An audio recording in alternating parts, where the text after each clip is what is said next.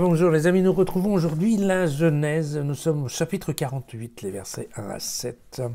Vous vous souvenez que la dernière fois, Jacob a fait promettre à Joseph de l'enterrer en pays de Canaan. Or, après ces événements, on dit à Joseph, « Voici que ton père est malade. » Il prit alors ses deux fils avec lui, Manassé et Ephraïm, vous savez, les deux enfants qui lui sont nés de la fille de Potiphéra, qui était le prêtre de On, voilà. Et donc des enfants qui sont nés bien entendu en Égypte. Voilà. Donc il prend avec lui ses deux fils, Manassé et Ephraïm, et on informa en Jacob en lui disant « Voici que ton fils Joseph vient à toi. » Alors Israël fit un effort, il s'assit sur le lit. Jacob dit à Joseph « Écoute, le Dieu puissant, El Shaddai, le Dieu puissant m'est apparu à Luz, dans le pays de Canaan. Il m'a béni et m'a dit, je vais te rendre fécond et prolifique, pour faire de toi une communauté de peuples. Je donnerai ce pays à ta descendance après toi, en propriété perpétuelle.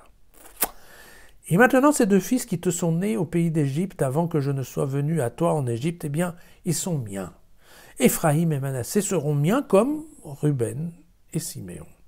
Mais les enfants que tu as engendrés après eux seront les tiens, et c'est sous le nom de leurs frères qu'on les convoquera pour recevoir leur patrimoine.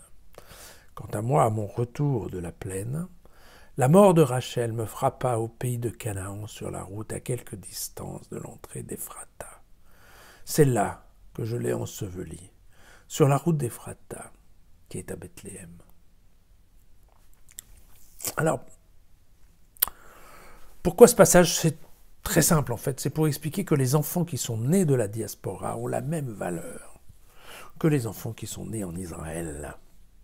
Donc évidemment, c'est un passage qui a été ajouté dans une des dernières rédactions, puisque ça veut dire qu'il y avait déjà une diaspora probablement à Babylone, et qu'il était important de considérer qu'en effet les enfants qui étaient nés en dehors du sol avaient quand même droit à l'héritage au sol. Et vous voyez que ici, c'est clair, Jacob, en fait, donne une valeur importante à ce qui s'est passé pour Joseph, qui a eu ses deux enfants, mais à un moment où Jacob considérait que Joseph était mort. D'accord ?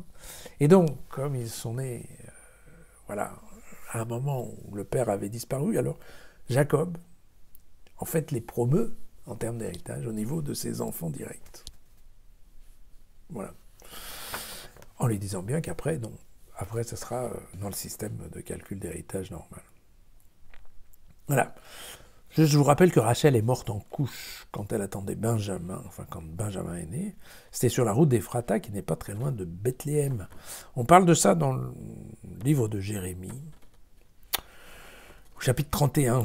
Ainsi parle le Seigneur, dans Rama, on entend une voix plaintive et des pleurs amers, c'est Rachel qui pleure sur ses enfants. Elle refuse tout réconfort, car ses enfants ont disparu. Voilà, c'est une phrase qui ensuite a été reprise. Vous savez, dans l'évangile de Matthieu, au chapitre 2, au verset 18, pour parler du massacre des saints innocents, qui était fait, soi-disant, par Hérode. Et donc, nous avons ici, en effet, un des points intertextuels avec l'évangile de Matthieu. Mais nous verrons que même si Jacob effectivement indique à Joseph où est la sépulture de sa mère, ce qui est quand même important, lui n'a pas l'intention d'y être enterré. On va voir ça bientôt. À demain.